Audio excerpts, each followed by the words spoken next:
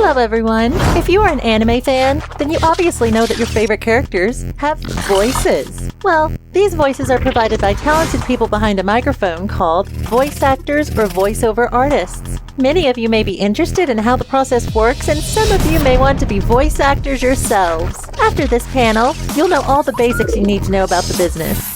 My name is Keiko. I am the owner of the award-winning NLA Entertainment, and for over 10 years, I have been working as a writer, director, and voice actress.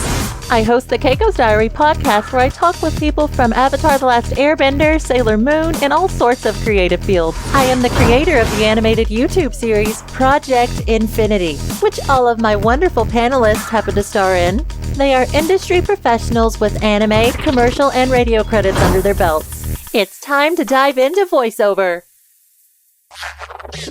All right. Hi, everyone. How are you doing? Hello. So starting with Tom, how about we introduce ourselves to the fans, tell them about some of the great voice work you've done, and as well as who you play in Project Infinity, which you all happen to star in.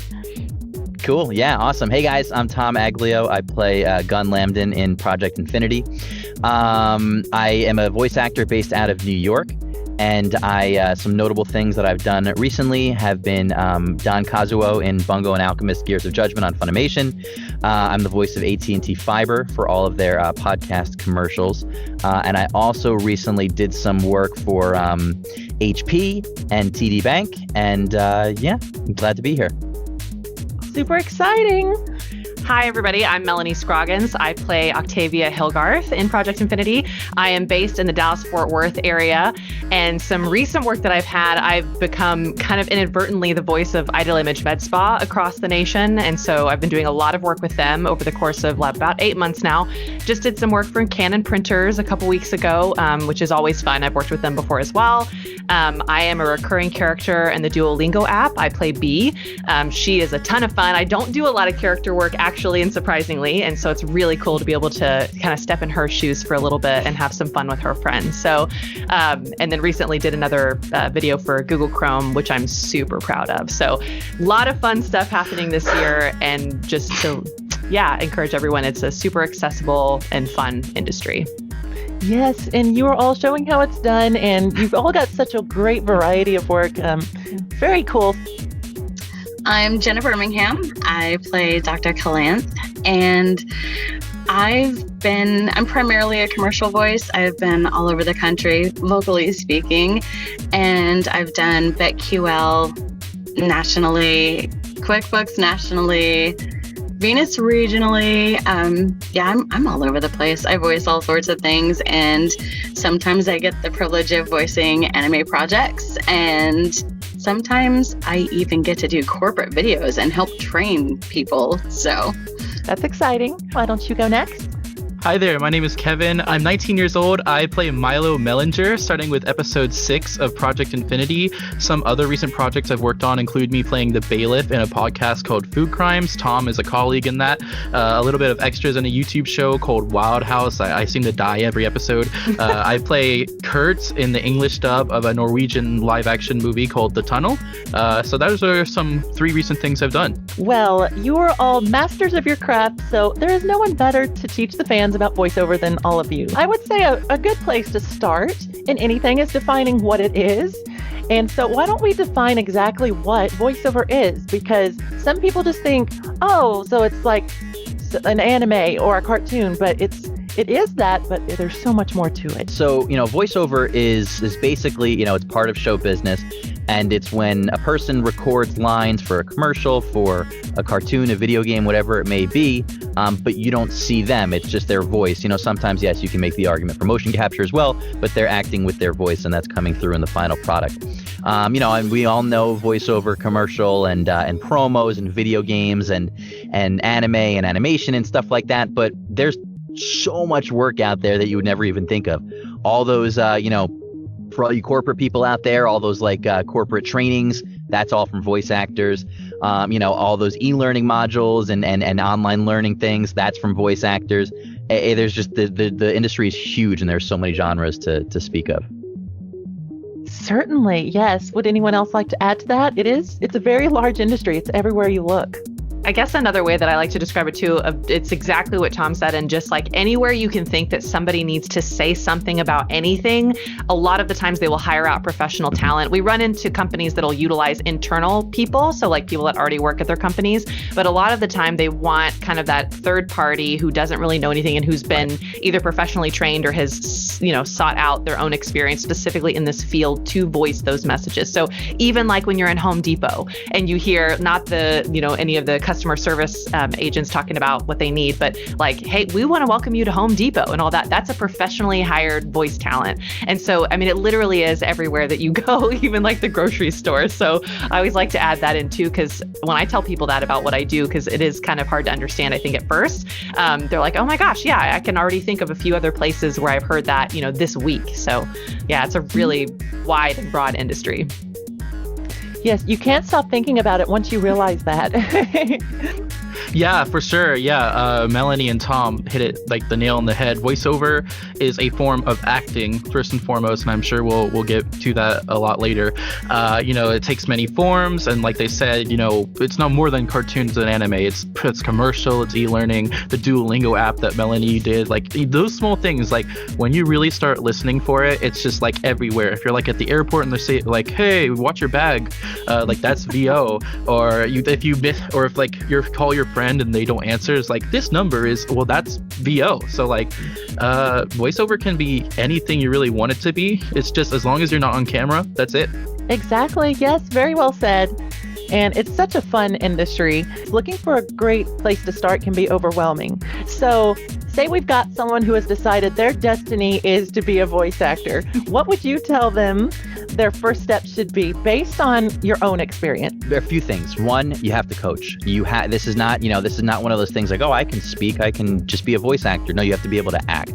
And acting, voice acting, theater acting, stage, on-camera acting, like, yeah, there are different techniques for each one, but it's all acting. So just take an acting class, take multiple acting classes. Make sure that you set up a space to record. You can have a, $2,000 microphone and that's all well and good, but if it's not in a good space, not like a good sound treated space, it's not going to sound good. So you want to make sure that you pay extra attention to that and you focus on that. And also be open to a lot of different genres. I got into it, and I'm sure a lot of other people got into it for animation, video games, anime, all that stuff. And that's all well and good. And I've definitely done a good amount of those things, but if you really want to treat this like a business, you have to be open to those other genres, especially commercial, because that's going to be what your agents and all those people care about. Yeah, and I mean, you got into it for animation, which you do, but now look, you're the voice of AT&T. Exactly. So. Exactly. You have to make sure that you're open to that stuff. Yeah. Exactly. Yeah. Would you like to go next, Melanie? Yeah, so I'll actually use the experience of Project Infinity and getting onto this project as an example. So I didn't know what I was doing. I had a USB mic and my old MacBook Pro, and I was like, I just kind of want to see what this is even about. And so I did a lot of Googling and a lot of stuff like that, but came across Behind the Voice Actors, which may or may not have been a suggestion of Tom Aglio. So he was instrumental when I was first getting started. But anyway, no, I guess not, because then that's how I met you, was Project Infinity. Yeah. Good grief. That was goodness. It feels like so long ago now.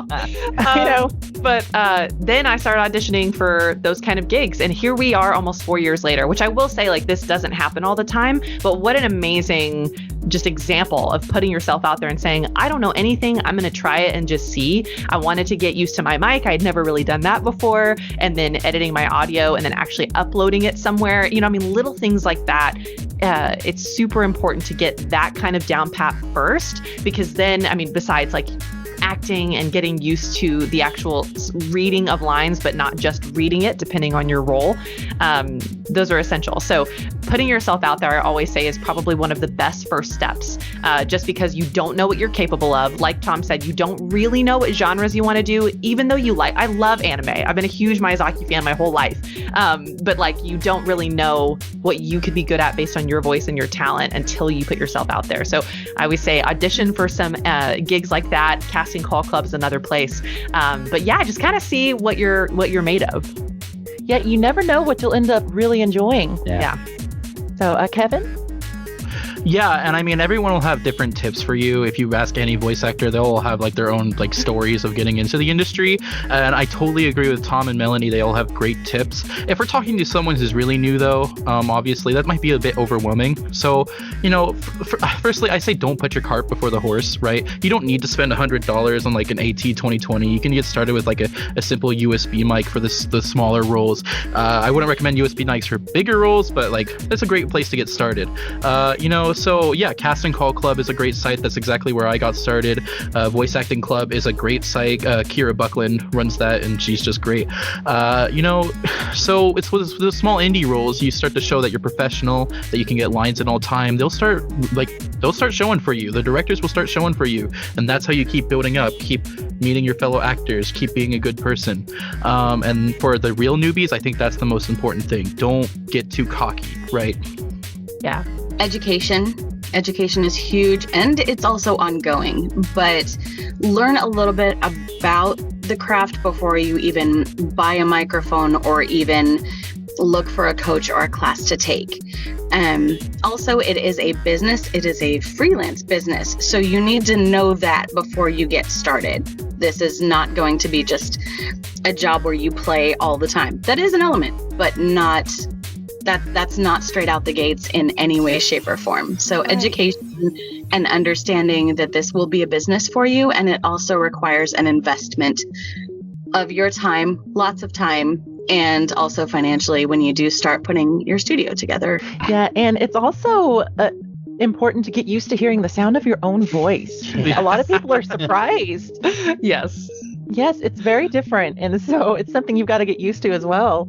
Yeah, I will admit personally, that was not strange for me, but I did not enjoy hearing my own voice, whether it was on video, for school projects or whatever before then. And I did theater for years, so it's not like I was uncomfortable speaking and acting, but I did not enjoy like even listening to voicemails I'd left or anything like that. So it's been a really interesting kind of turn of events. And now I can pick up my voice in other places like, oh my gosh, like, is that me? Or, oh my gosh, there's that thing I did, right? So, and even like Tom, like I was listening to a podcast and I heard his AT&T, one of his AT&T fiber commercials, and I was like, oh my gosh, I was like, I hear Tom's voice. Like, so you kind of just learn to pick that up because you're constantly listening. That's a huge element of this industry and your role as a voice actor. So yeah, anyway, totally agree with Keiko. Like, it is weird hearing your own voice for a little bit. Once you have decided to take those first steps, you will begin auditioning. It's just a way of life for voice actors. Yep. And the competition can be fierce, and you only have a tiny amount of time to impress potential clients. So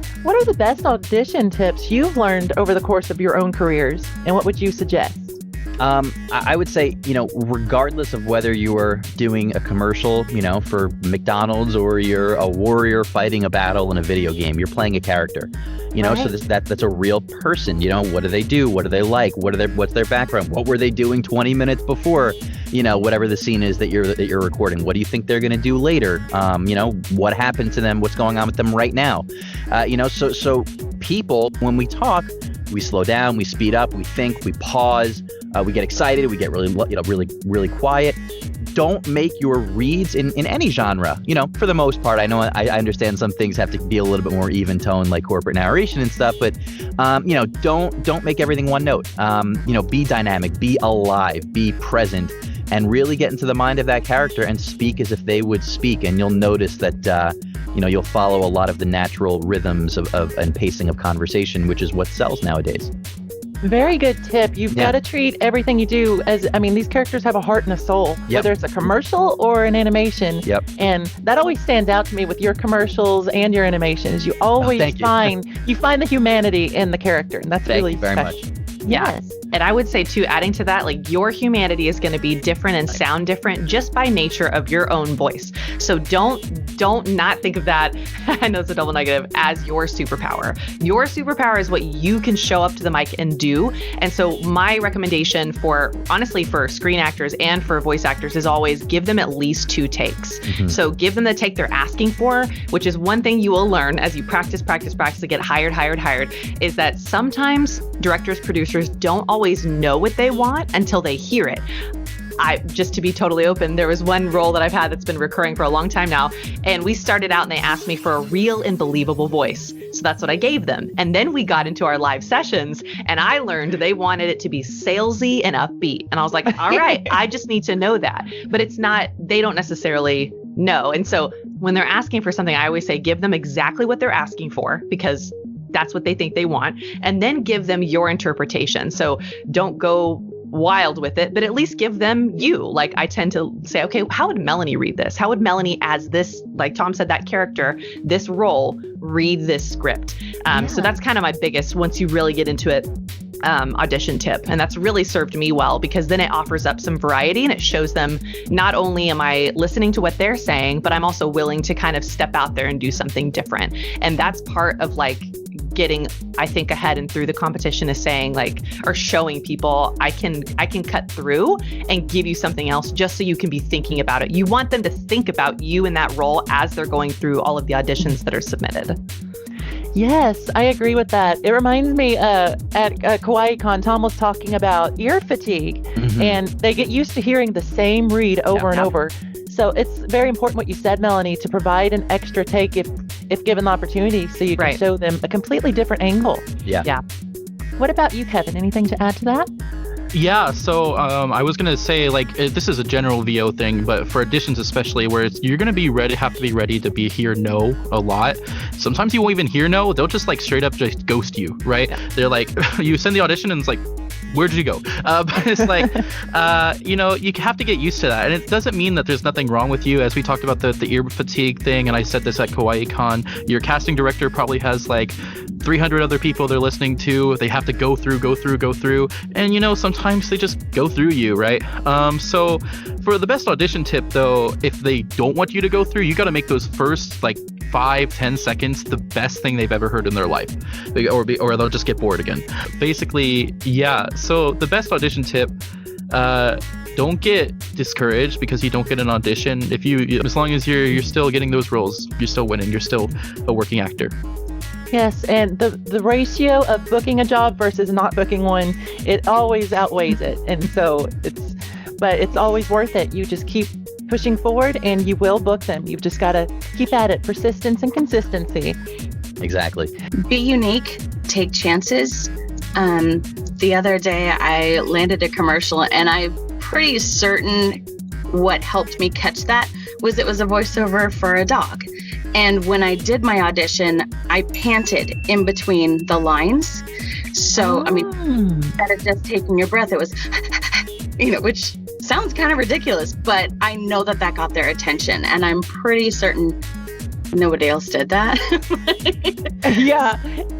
But it took taking a risk. And obviously, it could have been seen as like, okay, this chick's a little, but it worked in my favor. So, yes, taking chances is important, but make calculated choices and chances. Don't just completely fly off the handle, because you still want them to know that you are serious and can take direction and that you do have a bit of an imagination. So, it's a delicate balancing act. I'm really excited to talk about this next point. We're going to talk about anime, dubbing, video games, and original animation work. And I would like to talk about how this kind of recording process is done. And so, Tom, I was wanting to start with you. Sure. As you said earlier, you voiced Don Kazuo in Bungo and Alchemist by Funimation. So could you tell us, what was the recording process like for this show? Could you share that with the listeners? Yeah, so we used a program called Connection Open, and you're going to hear a lot of, as you get, more and more into your voiceover journey, about the different connection programs like Source Connect and Zoom and Session Link and Connection Open. But basically, we used that, and what happened was the director and the engineer were both on the call with me, so I could hear them both just through my headphones. And they were recording everything on my end, so I would speak into my microphone, and then it would filter through the system, and it would go to them, and they'd be recording it in their DAW, which is what's used a program to record things. And what they would do is they would also have, so I had the script, and then we would have the video of like the episode or the scene or whatever it is that we were recording. And then at first they would show it to me in Japanese. That way I could get like the tone, the timing, and all that good stuff. And then what would happen is they would take the Japanese voice out, and then they'd say, okay, we're going to do this scene here. And then you hear 3 beeps. and the beeps kind of signal like the momentum of, okay, this is the pace of the scene, and then you will come in on basically the imaginary fourth beep. And that's when you start talking, and you have to match the lip flaps to the script and stuff like that. There are definitely a lot of a lot of these scripts, they're translated from a different language, so maybe it's not like a 1-to-1 ratio. So there may be things that you have to add in, take out in the scripts. And you'll be darting back and forth between the video and the script and stuff like that. And then they'll usually play it back to make sure everything lines up, or the engineer will make sure everything lines up. So it's tiring and it's super fun.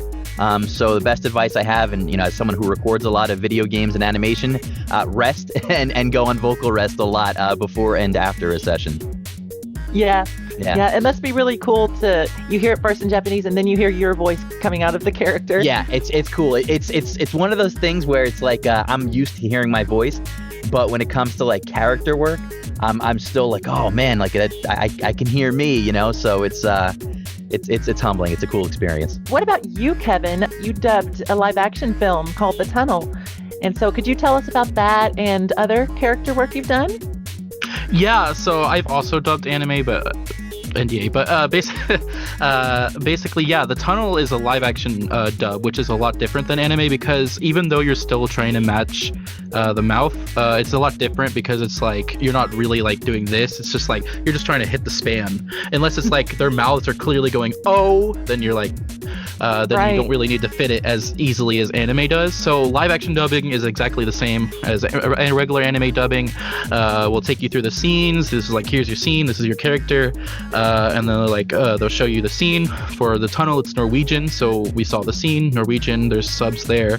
The sub was our script. They put the script in the sub. And then I had the script as well.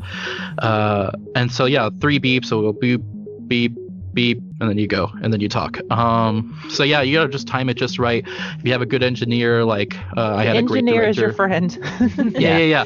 I had a great director and engineer, and they just knew what to do. So I played 3 characters in that movie. I used my same voice for all of them. 2 of them used my regular voice because I had a main character and then a little extra in the background, so it doesn't really matter. The 3rd character, they just pitched him really down. I was like, oh, okay. But so yeah, dubbing live action is exactly the same. It probably goes for CG as well. If you see the CG anime movies, they probably do the same thing where they just hit the time. Also, it depends on the director, but the beeps might be different speeds. So I've had one session where it goes like beep, beep, beep. I'm like, okay. And then one beep is like really slow beep. So just be ready to get yourself into it. Don't start too early, don't start too late, but your engineer's got you. Yeah. A lot of what I have done has been self-directed, and when I do that, I'm giving a minimum of 3 takes per line. And then, I'll send that off and I'll get feedback, and then I'll redo the lines if necessary and make changes if necessary. So that happens sometimes, and there's that little bit of back and forth. Sometimes you'll have a directed session given COVID, via Skype.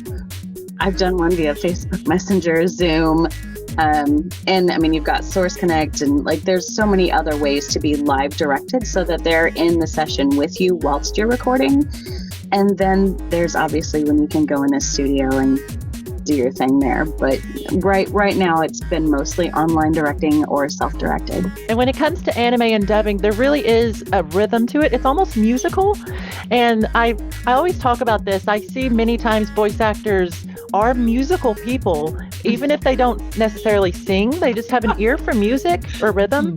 And that really comes in handy, especially with work like this or even commercial, because it's all about timing. Yeah, and also learn your interface, your DAW, learn how to control your gain and everything like that, especially nowadays where everyone's recording things from home. And when I recorded for I'm in a video game called Pathfinder that's coming out in September, and my character, it's a fantasy game, so there's a lot of yelling, a lot of dying, a lot of attacking efforts and stuff like that. And yes, they may be recording it on their end, but the volume and it's still coming from your microphone, so you need to know how to adjust your gain on the fly so that you can do those more strenuous scenes and parts of the script. Right. Tom, I learned during my dubbing session that technology is your worst enemy. Yeah. Because even though I was turning down my gain, it turns out Zoom has a feature where it'll Yes, it automatically does. turn up your volume. And Yeah. my director was like, "Why do you keep turning up your gain?" I'm like, "I'm not." Yeah. It's like I remember oh I got a frantic message from you on Facebook. I'm like, uh-oh. Yeah, why don't we show the fans a little bit of dubbing in action? Okay, so first we're going to play it in Japanese. Okay. ヴィンセント、大丈夫。キャサリン、約束を忘れた。 And here's your take. ヴィンセント、大丈夫。 Catherine, did you forget our promise?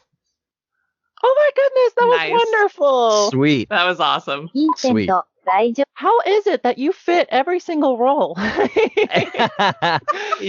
I appreciate that. Also, Vincent looks awesome. I've never seen this, but this is Yeah. amazing. That is cool.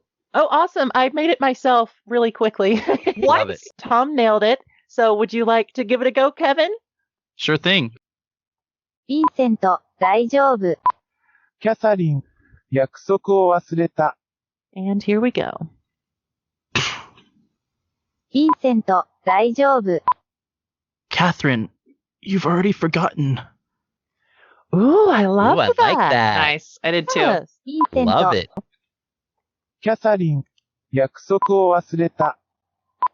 バカ。敗北について話すのをやめる。 Okay, and then you'll do it in English. キャサリン、約束を忘れた。 You fool. Stop talking like you've given up already. Oh my goodness, Nice. that was wonderful. 約 I That like was that. excellent. You all brought humanity to the characters and you managed to do the mouth flap thing at the same time. キャサリン、約束を忘れた。 You fool! Stop talking like you've already given up. キャサリン、 Wonderful. I loved that. Yes. Well done, everyone. All right. Good job. That was fun. Yeah. I would like to talk to you all about commercial narration and podcast type work because it requires a different skill set, but it's still voice acting all the same. Would you like to start, Tom? Yeah, commercial, it's very much like, you're coming in at like the 11th hour and commercials got a super fast turnaround time. A lot of times I've recorded commercials on a Friday that aired that Monday. Wow. It's just, it's very, very fast. The main piece of advice that I can give everybody is conversational. You're going to see that spec always in pretty much all of your scripts. And it just means don't go too big. It means just like you and I were just talking like friends. That's going to be a spec that you see a lot. And a lot of times that's all you're going to see in the specs is, conversational, relaxed, and natural. Well, that's different for everybody. So bring you to the script as if you were talking to somebody. Put yourself, in a scene. Where are you telling someone this? What are you doing?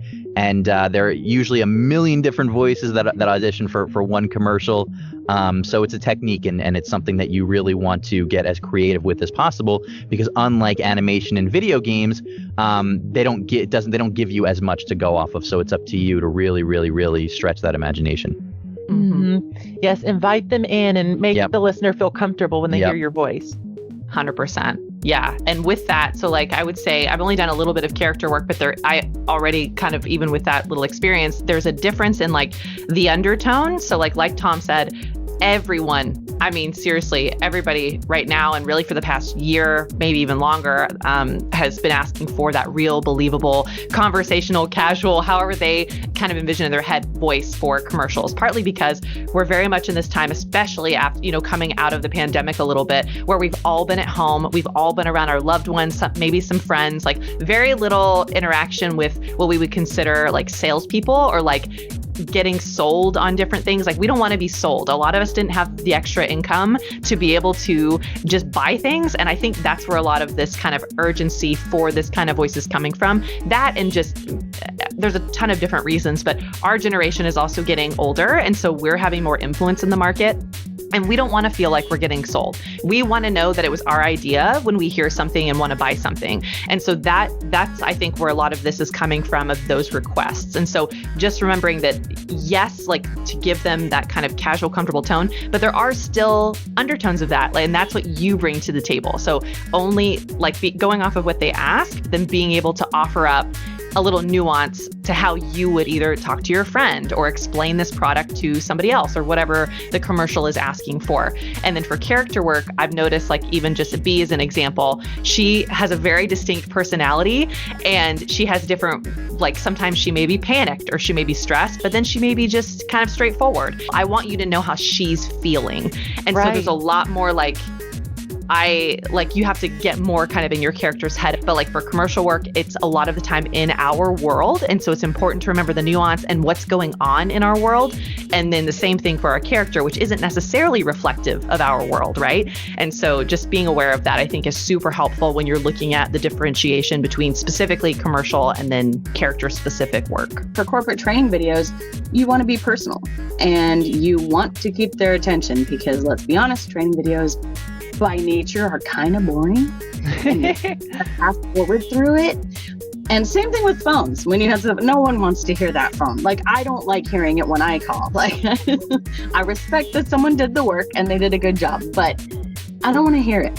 So trying to make it as pleasing as possible and as interesting as possible and still delivering the information necessary whilst keeping the interest and attention and still sounding pleasing. It's, again, a lot of it's just kind of balancing between talking at someone, talking with someone. I mean, because even with commercials, sometimes if you're doing one about mental health and you're in the commercial talking to another woman and you really don't know what's happened and something in your life isn't working, and you really have to be willing to go to a difficult place for that because you can't necessarily fake it. And that authenticity of emotion will come through. The mic will pick that up. I'd say for podcasts, though, since you mentioned other types of work as well, podcasts, I've only done character work for podcasts, so I'd say it's not really any different from prelay, like Project Infinity. It's just there's no video involved, so you got to be even stronger with your character because they won't be able to see your character. They're imagining it this time. Like my bailiff in Food Crimes, like they got to imagine a bailiff. They don't get a visual of how I look like. So you got to be like, you got to bring your performance in there for podcasts. Speaking of commercial work, why don't we play another game to show the fans what this is like? Cool. Yeah, so I know that you're going to slay this game because you are the commercial pro. You got 10 seconds to do this commercial, and so the fans will get to see that even though the actors may be a panicked wreck, our job is to make it look like we've got all day. Sure. Ready to give it a try? Yeah, I'm going to go off the beaten path here. I'm going to do something a little different from what the music's kind of calling 10 for. 10 seconds? You're killing us after KawaiiCon. Yeah, KawaiiCon waited like 20 seconds. That's okay, but that happens all the time. They're going to ask you to fit like a 60-second spot into a 15. Melanie knows all too well. Oh, man. Oh, yeah. Oh, but they don't want it to sound rushed. It can't sound But rushed. not rushed, nope. Right. But let's put in this other sentence. Yeah, of course. Are you searching for the right hotel? Other sites may claim to get you the best deal, but only Travel Nerd gets you the best room for the best price guaranteed. Stop stressing, all right? And get booking with Travel Nerd. Oh, that was wonderful. Cool. Oh my God, man. the whisper. That's I love that upbeat tone, and that was you great. fit it all in there, but it felt very relaxed. I didn't feel rushed. That was perfect. Awesome. Oh my thank gosh, that is no joke. 10 seconds. You. Yeah, no, it goes really fast. That was awesome. Awesome job. Searching for the right hotel. Other sites may claim to get you the best deal, but only Travel Nerd gets you the best room for the best price, guaranteed. Stop stressing and start booking with Travel Nerd. Oh, wonderful. Ooh, I like that. I see the commercial now. Me too. That's like That was radio. great. Definitely think I went over time, but that was fun. That was I great. love you both wrapped it up really well. I really like that. That last sentence, it's so hard to squeeze in, and you both did it. You tied it up like a bow. Cool. Very well Awesome. done. Searching for the right hotel. Other sites may claim to get you the best deal, but only Travel Nerd gets you the best room for the best price guaranteed. Stop stressing and get booking with Travel Nerd. Nice. Nailed it. Super Nailed it. casual. Yeah, really liked it. Mhm. You guys were all going down, so I wanted to go up. No, Nice. There you go. See? You got to Yep. be different. Yep. Okay, here we go, Jenna.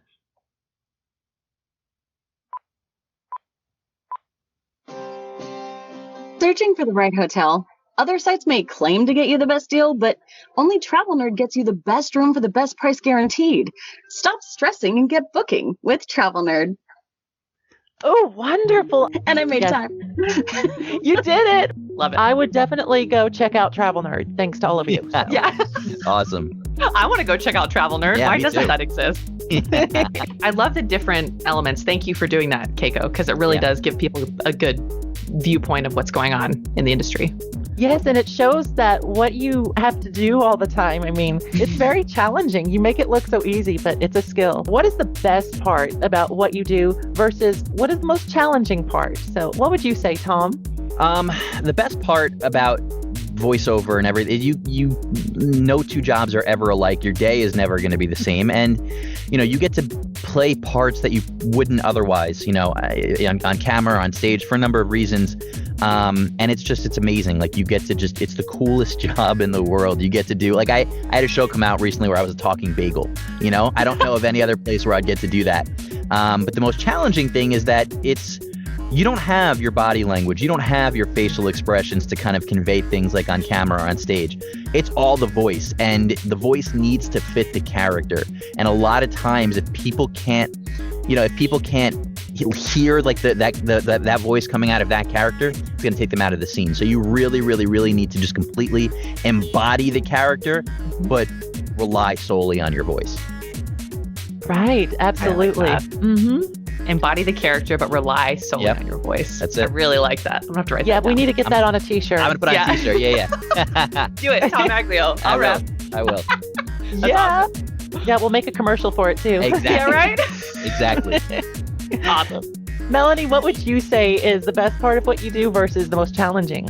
Oh, man. So I would absolutely agree, because no one job or no two jobs are the same. I love that because I get bored very easily. That's why I don't do office jobs and 9-to-5 stuff anymore. Like, I can't do the same thing over and over again. I learned that the hard way, and then eventually took a chance on myself, and now we're here. But yeah, no two jobs are the same. And then I would say, just very simply, I get to do this from home. That is the best. That is the best. I can walk out and go get lunch. I don't have to talk to anyone except my husband. I love talking to him, but I don't have to ask anybody's permission, and that was a huge thing coming from working in an office, and there's nothing wrong with it. I'm not suited for that. And so I'm really grateful to be in this industry and working the way I am. The most challenging is that it is a business. This is something that when you get into it and when you start kind of looking at the nuts and bolts, like, it's great if you can get an agent. It's great that if you live in in a hub like New York or LA, but some of us don't. Tom, he lives in New York, but he's had to make connections himself. And that is probably one of the most exciting aspects of doing this, but it is also super challenging, especially in the beginning, just because this world is so vast and it feels like it's really overwhelming. And I hope that today, like, for those of you who are watching, like, we have given you some indication from our experiences that it doesn't have to be. It can be what you want it to be, and you can build a successful voiceover business and do this from home if you like, or do, more studio work, whatever you want. So yeah, it is a business, and you are a business owner. And so that's challenging, but it should also kind of inspire and motivate you as well. Getting to play. Yes. You aren't constrained by what you look like or how old you are or anything like that. It's very freeing to be a voice behind a mic instead of a face on a camera. And I love that part of it. Yeah, I think the best thing about voice acting is getting the work, and the worst thing about voice acting is trying to get the work. So, especially with character, getting the work is amazing. You get to be a character. You basically breathe life into them, right? You're like, so they're not mute. That you're bringing their words and thoughts and everything to life. It's an amazing experience. And my parents, friends who have younger children that I can impress that way, and it's just like really fun to see like their eyes glow up because it's like cartoons. It's awesome. But yeah, I agree with like the business aspect. A majority of my work is not the acting, it's emailing and contracts. And that's basically it. It's like 90% of the job. But when you get that work, it's worth it, right? What is some good final advice that you could give the fans as they leave the panel today? For all the aspiring voice actors out there, remember, it's called show business for a reason. You have to treat it like a business. And that being said, though, remember to have fun. I mean, remember that feeling that you got when you first started and you were auditioning for anything and everything and you just didn't care about the outcome. You just wanted to just get behind the mic and do it. Don't ever lose that, because there is so much rejection, and you're going to get rejected for things that are totally out of your control. And you just got to remember that you're doing what you love, and just keep that same fire, ablaze, and you'll be just fine. Yeah. Very, very good advice. Yeah, I would say the biggest thing is, because it's so easy to spout off kind of some of the work we've done now, but I'll say, like, looking back, now 4 years ago, I didn't know anything. And Tom's a testament to that, because I reached out to him and I was like, I see that you do this professionally. Like, I don't know anything. Help me. And I didn't know him. And that shows kind of how willing I was to be vulnerable, but you kind of have to be when you're learning. And so reach out to I say this, I've had other voice actors say, no, they can just Google it. I'm a firm believer in like what Tom has done for me, I've done for other people now, and paying that forward. Somebody has helped me, so I want to help other people now who are really interested and willing to do the work in this industry. Mindset is a huge thing. You first have to believe that you can do it. That's what I tell a lot of people, that if you can believe that you can do it, then you can. Because if you can't, then you won't. And so that's the first step. And I know it sounds kind of cliche and cheesy, but it's true. Beyond getting those auditions and getting those gigs, you have to know that you can. So if you're interested, start kind of settling in that, and then do some of the things that we've talked about today. Start auditioning on, like, if Behind the Voice Actors, a casting call club, voice acting club, and then reaching out to some voice actors you see online. We're very active on Twitter and Instagram and all the things. So please reach out. Mm-hmm. Yes, reaching out is always a good thing. Whenever I'm talking with new voice actors, I always tell them, yep, go to Tom. I appreciate Go look him that. up. Thank you. He'll point you in the right direction. Thanks. Don't break NDA. I think that's very important. Because, especially for new people, it's like when you get that first audition that's like really big, you get that first role that's really big and you want to scream it from the rooftops, don't. And like, I got my first anime role earlier. I can't say what it is. And I've had friends who press into me, like, tell me, you can tell me. It's like, no, do not break. That is like the most important thing of your career. Do not tell anyone even my mom doesn't know. So it's like, so don't, you got to be careful. Keeping secrets is a major part of this industry. So, be careful out there. Don't let the fans get to you. Don't make your own demos. Don't doubt yourself. You need to really embrace your own imagination. That's what's going to help you the most in this industry. And have a thick skin. This is also the entertainment industry, and you're going to be told no a lot. You are going to be passed over a lot, and you don't get to know why.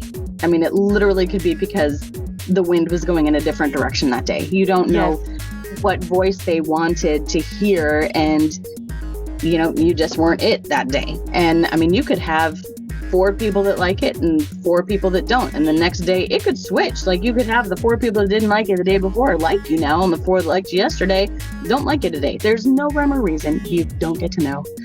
And when you submit it, forget it. And you can always go back and listen to the file when you land the job, but you have to be able to just let it go and hope that you land it and that they get back to you. So, and also don't harass them. Don't harass them to find out if you got it. If you get it, you'll know. Before we go, why don't you all give a sample of some of your characters? Yeah, absolutely. All right, so Gun. So one day I will find Val and kill him. And then I like to do I have a bro voice that I do a lot. And he talks like this, like, yo, what's up, boys and girls? I'm the life of the party. So. I love that. Oh, my goodness.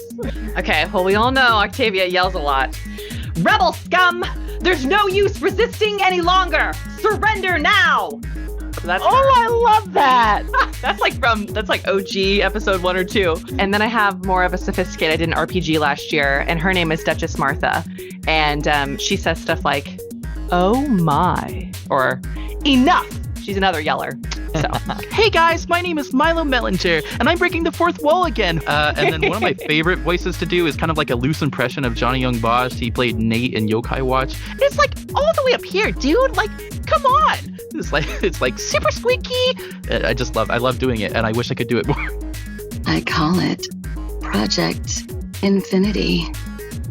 Lovely. So good. And the other day I did a spot where I was a dog. Awesome. Oh, yeah. But he was almost a bro dog because he kind of talked like this. So I'm just want to say thank you, Keiko, because it's really great being on here with you today. Oh, I love that. That was awesome. Well, I would just like to thank you for joining me and the incredible fans for all the love and support. And of course, thank you to my panelists for joining me. They are the absolute best. And you can hear them all in our animated web series, Project Infinity. So go check it out. Bye-bye, everyone. Thank you. Bye. Thanks, guys. Thank you. Bye. Bye.